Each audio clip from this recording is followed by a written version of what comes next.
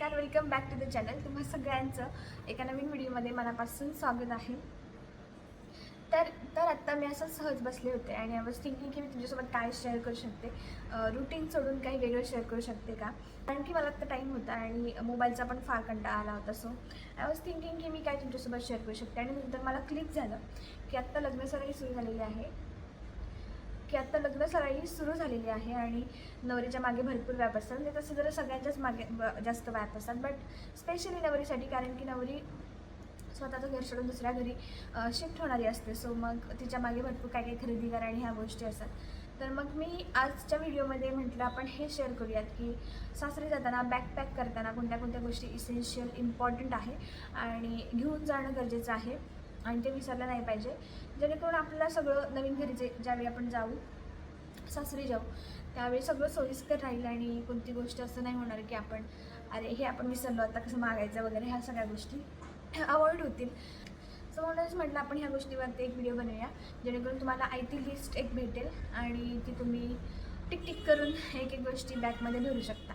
So जास्त वेळ न घालवता आपण एकदम शॉर्टमध्ये बघूयात की कोणत्या कोणत्या गोष्टी इम्पॉर्टंट आहेत बॅगमध्ये असणं. ओके, तर फर्स्ट ऑफ ऑल काय करायचं, डोळ्यासमोर असे 3-4 सेक्शन ठेवायचे, जेणेकरून आपल्याला गोष्टी कॅरी करायला किंवा गोष्टी पिक करायला इझी पडेल की ह्या सेक्शनमध्ये ह्या गोष्टी आहेत, ह्या सेक्शनमध्ये ह्या गोष्टी आहेत वगैरे. तर फर्स्टमध्ये येतं skin care, hair care, makeup, toiletry आणि मग तुमच्या एक्स्ट्राचे काही ॲसेसरीज, हेअरसाठी वगैरे ॲसेसरीज लागत असतील तर ह्या सगळ्या गोष्टी येतात. सेकंडमध्ये येतं क्लोदिंग, म्हणजे क्लोथच्या रिलेटेड, कपड्यांच्या रिलेटेड जे काही असेल तर मग साड्या, ड्रेसेस वगैरे सगळ्या गोष्टी आल्या त्याच्यामध्ये. थर्डमध्ये तुम्हाला मेडिकल डॉक्युमेंट्स किंवा मग असं चार्जर वगैरे, लॅपटॉप वगैरे अशा गोष्टी, असे ॲसेट्स जर ते काही तुम्हाला गरजेचे असतील तर. आणि फोर्थ आपण असं कन्सिडर करू शकतो की फुटवेअर वेगवेगळे जे तुम्हाला लागतील ते, आणि त्याच्यासोबत मग समजा अंथरूण पांघरूण काय लागणार असेल, घेऊन जाणार असाल तुम्ही तर ते.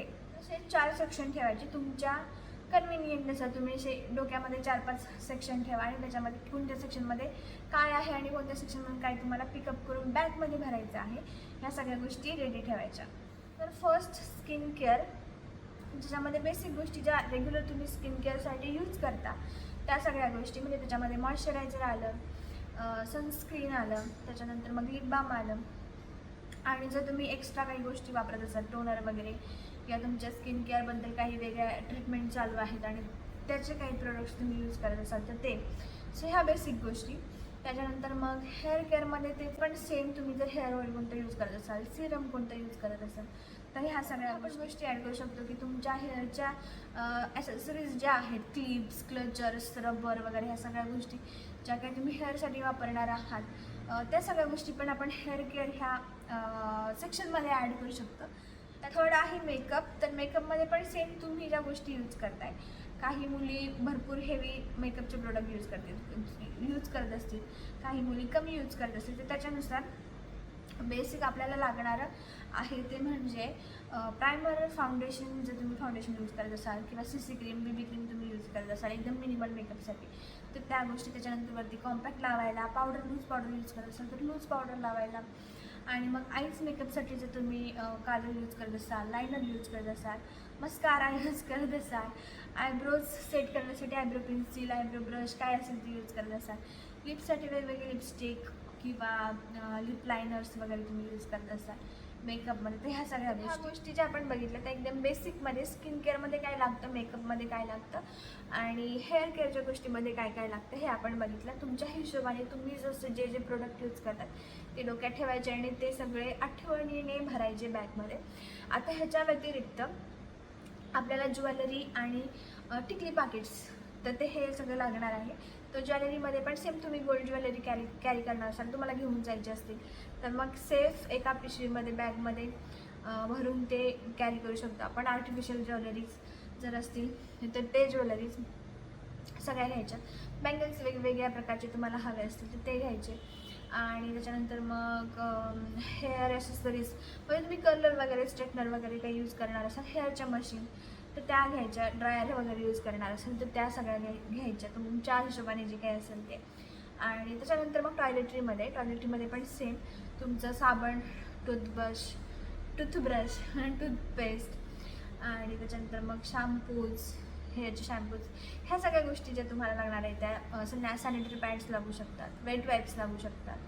आणि तर ह्या सगळ्या गोष्टी ज्या तुम्ही यूज करता makeup, skin care, hair care, jewellery आणि टॉयलेटरीमध्ये त्या सगळ्या, आणि हेअर मशीन्स किंवा मशीन्समध्ये जे काही तुम्हाला मेकअपच्या रिगार्डिंग लागणार आहे, गेट रेडी व्हायला लागणार आहे, तर त्या सगळ्या गोष्टी. आता ह्या सगळ्या गोष्टीमध्ये माझं जर सजेशन असेल मला तर खूप जास्त काही खरेदी करायची गरज नाही आहे. ज्या तुम्ही रेग्युलर यूज करता तेच खरेदी करा. लग्नानंतर पण तुम्हाला नेक्स्ट डे पूजा वगैरे सगळ्या गोष्टी असतात, तर त्याच्यामध्ये तुम्हाला तुमचं लुक ठरवून जा. तुम्हाला काय काय ज्वेलरी घालायची आहे त्याच ज्वेलरी घ्या. भरमसाठ ज्वेलरी घेऊन भरपूर साऱ्या बॅगा करून काही त्याला पॉईंट नाही असं मला वाटतं.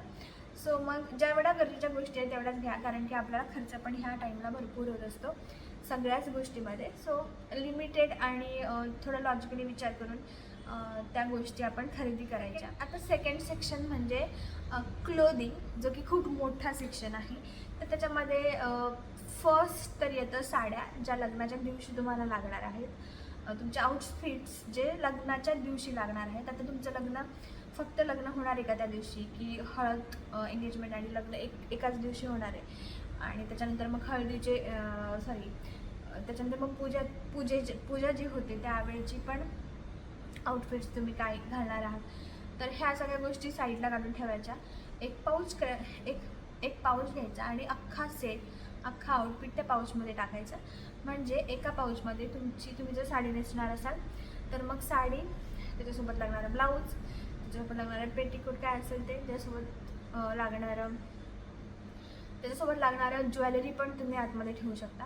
लग्नाच्या दिवशी मेकअप शक्यतो आता मेकअप आर्टिस्टलाच आपण सांगतो. सो त्या पण हे ज्वेलरी कॅरी करतात. सो तुम्ही तिच्यासोबत आधी डिस्कस करून त्या ज्वेलरी देणार आहेत का, की तुमच्याकडे वेगळ्या ज्वेलरी आहेत त्या तुम्हाला यूज करायचं. ह्याच्यानुसार लग्नाच्या दिवशीचे प्रत्येक आउटफिट आणि त्याच्यासोबतचे ज्वेलरी जे काही यूज करणार असाल तुम्ही, त्याचं एक वेगवेगळे सेक्शन करून ठेवायचे. एक तर हळदीसाठी म्हणजे एंगेजमेंटसाठी वेगळा सेक्शन, म्हणजे एंगेजमेंटसाठी एक वेगळी बॅग, एक वेगळा पाऊच, ज्याच्यामध्ये ज्वेलरी वगैरे तुम्ही ठेवू शकता. सेकंड हळदीमध्ये पण सेम आणि लग्नाच्या वेळी पण सेम. मेन फंक्शन आहेत त्या फंक्शनसाठी वेगवेगळे पाउचेस क्रिएट करून ठेवायचे, जे एका गोष्टीमध्ये म्हणजे एका पिकअपमध्ये तुम्ही काढायला आणि सगळ्या गोष्टी तुम्हाला भेटेल. कारण खूप घाई होते एका दिवशी सगळ्या गोष्टी असल्यावरती आणि खूप अस्ताव्यस्त होऊन जाईल सगळं. त्यासाठी आपण वेगवेगळे पाउचेस क्रिएट करायचे आणि ते एक पाऊच काढला की सगळ्या गोष्टी आपल्याला हातात भेटतात आराम. तर हे झालं लग्नाच्या दिवशीचं. लग्नाच्या दिवशीच्या नंतर सासरी गेल्यावर तुम्ही किती साड्या कॅरी केल्या पाहिजेत हे तुमच्या म्हणजे तिथल्या गोष्टीमध्ये डिपेंड आहे, की तिथे तुम्हाला साडी घालणं कंपल्शन आहे का, घातली पाहिजे का, घातली तर किती दिवसांसाठी घातली पाहिजे, काय फंक्शन्स तिकडे होणार आहेत, ह्याच्यावर सगळ्या डिपेंड आहेत. माझं बघायला गेलं तर मी जास्त साड्या कॅरीच केल्या नव्हत्या. एक दोन तीन साड्या थोड्या चांगल्या मला घेतल्या होत्या आणि 1-2-3 साड्या ज्या रेग्युलर यूज करायला वापरतो त्या घेतल्या होत्या. त्या पण माझ्या यूजमध्ये नाही आल्या, बट स्टील मी त्या घेऊन ठेवल्या होत्या. सो जास्त खरेदी करण्याच्या मागे लागू नका. कसं होणार आहे प्रोसेस, ती प्रोसेस डोक्यात ठेवूनच खरेदी करायची. कारण की आत्ताच्या मुली म्हणा किंवा ज्या जॉब करणाऱ्या मुली असतात त्यांना साड्या वगैरे नेसून हे नंतर होत नाही. फक्त तेवढ्या पिरियडमध्ये साड्या नेसल्या जातात आणि नंतर त्या साड्या वर्षभर तशाच पडून जातात. त्यामुळे एकदम भरपूर जास्त खरेदी करण्याच्या मागे लागायचं नाही. त्याच्या व्यतिरिक्त साड्यांच्या बदल्यात तुम्ही ड्रेसेस घ्या, कारण की ड्रेसेस ते उपयोगी पडू शकतात. माझ्या केसमध्ये ते झाले, मी ड्रेसेस पण घेतले होते. सो मी ड्रेसेस नंतर यूज करत होते साड्यांच्यापेक्षा. सो मग ड्रेसेस कॅरी करायचे 5-6 वेगवेगळ्या टाईपचे, म्हणजे तुमच्या आवडीनुसार जे तुम्हाला हवेत ते. आणि त्याच्यानंतर मग हे साड्यांच्या रिगार्डिंग झालं, ड्रेसेसच्या रिगार्डिंग झालं. त्याच्यानंतर मग तुम्ही नाईटवेअर काय घालणार आहात घरी असल्यावर, तर ते नाईटवेअरचे 2-3 सूट ठेवायचे सोबत आणि इनरवेअर्स ठेवायचे. तर हे झालं बेसिक कपड्यांच्या रिगार्डिंग. साड्या, ड्रेसेस, नाईटवेअर्स आणि मग इनरवेअर्स, हे सगळ्या गोष्टी. ह्याच्या व्यतिरिक्त टॉवेल तुम्हाला लागेल, जो कंपल्सरी घेऊन ठेवायचा सोबत. नॅपकिन लागेल, कुठे काही लागलं तर पुसायला वगैरे फेसला. स्वेटर पण गरजेचा असू शकतो. स्कार्फ तुम्ही तुमच्याकडे आहे यूज करणार आहात तर तो घेऊन ठेवायचा. तर ह्या सगळ्या गोष्टी क्लोदिंगमध्ये येतात ज्या तुम्ही घेऊन ठेवल्या पाहिजे. या सगळ्या गोष्टी किती क्वांटिटीमध्ये घ्यायच्या, किती म्हणजे कशा घ्यायच्या, या सगळ्या गोष्टी तुमच्या सासरी होणाऱ्या गोष्टीवरती, तुमच्या रीतींवरती लग्नाच्या, ह्या सगळ्या गोष्टी डिपेंड असतात. तर माझ्या केसमध्ये एका दिवशी लग्न झालं होतं. म्हणजे एकाच दिवशी 3 गोष्टी झाल्या होत्या: एंगेजमेंट, हळद आणि लग्न. आणि त्याच्यानंतर मग पूजा झाली होती. आणि पूजेच्या नंतर मग ते परत 5 परतवून म्हणतात आमच्या कोकणामध्ये. ते परतवणी, पतफेरी असं जे काही म्हणतात ते, ज्याच्यामध्ये मुलीला परत माहेरी नेलं जातं आणि तिथून मग परत आणलं जातं सोडायला तेवढ्याच दिवसासाठी, असं वगैरे काहीतरी आहे. तर त्या गोष्टी होतात. तर ह्या हिशोबाने तुम्ही कॅरी करा. लग्नाच्या दिवशीच तुम्हाला सगळाच बॅगा घेऊन जायचं नाही, कारण की तुमची पतफेरी किंवा 5 परता म्हणजे काय असेल ते परतवणी पण होणार आहे. तर त्यावेळी पण काही गोष्टी तुम्ही उरलेल्या आणू शकतात. त्या हिशोबाने जेवढ्या गोष्टी लागतील आणि पटपट सगळ्या गोष्टी भेटतील अशा हिशोबाने बॅग पॅक करायची. त्यानंतरचा थर्ड सेक्शन आहे तो म्हणजे medical, mobile charger, laptop, tab जर तुम्ही यूज करत असाल तर ह्या सगळ्या गोष्टी, हेडफोन वगैरे तुमचे, ह्या सगळ्या गोष्टी एवढा मुळात लागत नाही लगेच, बट स्टील तुम्ही कॅरी करू शकता एक बॅग ज्याच्यामध्ये मेडिकल्स, डॉक्युमेंट्स आणि ह्या सगळ्या असेट्स तुमचे असतील, इलेक्ट्रॉनिक असेट जे तुम्हाला लागतात ते सगळे. तर मेडिकलमध्ये अगेन तुम्हाला एक जसं मेडिकेशन काही चालू असेल तर त्याचे रिपोर्ट्स ठेवा. तुम्हाला काही सिव्हिअर प्रॉब्लेम असेल, त्याचे मेडिकेशन तुमचे चालू आहेत आणि आपण लग्नाच्या ह्याच्यामध्ये भरपूर साऱ्या कॉन्फ्लिक्टमध्ये असतो, भरपूर साऱ्या गोंधळात असतो. तर तुम्हाला जर काही त्या मेडिकेशन जे चालू आहे त्याच्याबद्दल काही झालं तर रिपोर्ट्स पण तुमच्याकडे असावे, म्हणून ते रिपोर्ट्स पण सोबत ठेवायचे. त्याच्यानंतर मग जसं म्हटलं तसं मोबाईल चार्जर वगैरे ठेवायचे. आणि डॉक्युमेंट्समध्ये तुम्हाला ॲटलिस्ट आयडेंटिटीचे जे डॉक्युमेंट्स आहेत ते सोबत ठेवायचे, आधार कार्ड, पॅन कार्ड, ह्या बेसिक गोष्टी ज्या आहेत त्या. आणि त्याच्यानंतर थोडी कॅश ठेवायची, कारण की गरजेला लागू शकते.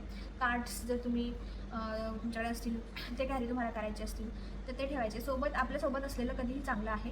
ज्या इम्पॉर्टंट गोष्टी आहेत आणि इन केस लागणाऱ्या गोष्टी आहेत त्या सगळ्या सोबत ठेवलेल्या कधीही चांगलं. याच्यानंतर एक वेगळा सेक्शन त्याच्यामध्ये फुटवेअर तुम्हाला घ्यायचे.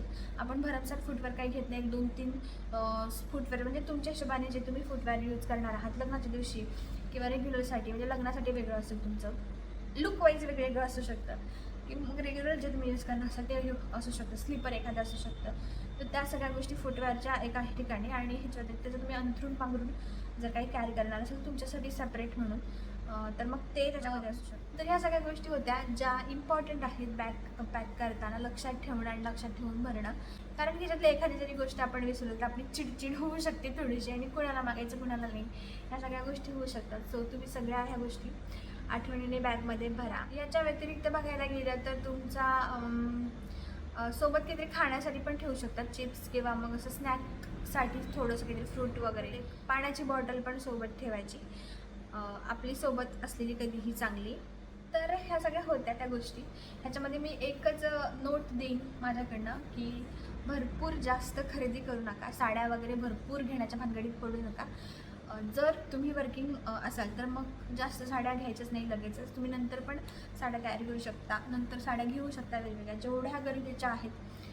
जसं सासर आहे, सासरची पद्धती कशा आहेत त्याच्यानुसार मग तुम्हाला त्या सगळ्या गोष्टी घ्यायच्या आहेत. सो अति खर्च करण्याच्या भानगडीत पडायचं नाही, कारण की आपला खर्च ऑलरेडी होत असतो या सगळ्या गोष्टीमध्ये. आणि जो खर्च आपण करणार आहे तो तसा जर वर्षभर पडून राहणार असेल तर मग त्या गोष्टीला काही अर्थ नाही. 10 दिवसाच्या सुट्ट्या असतात लग्नाच्या, त्याच्यानंतर मग जॉबला जायला लागतं आणि जॉबला आपण साडी नेसून नाही जात, ड्रेसेस वगैरेच काय असेल ते घालून जातो. सो मग त्या गोष्टी कॅरी केलेल्या कधीही चांगल्या. त्या गोष्टी खरेदी केल्या तुम्ही जर नवीन ड्रेसेस वगैरे घालून जायचं असेल ऑफिसला. सो ही माझी इम्पॉर्टंट नोट आहे की जास्त खर्च नका करू.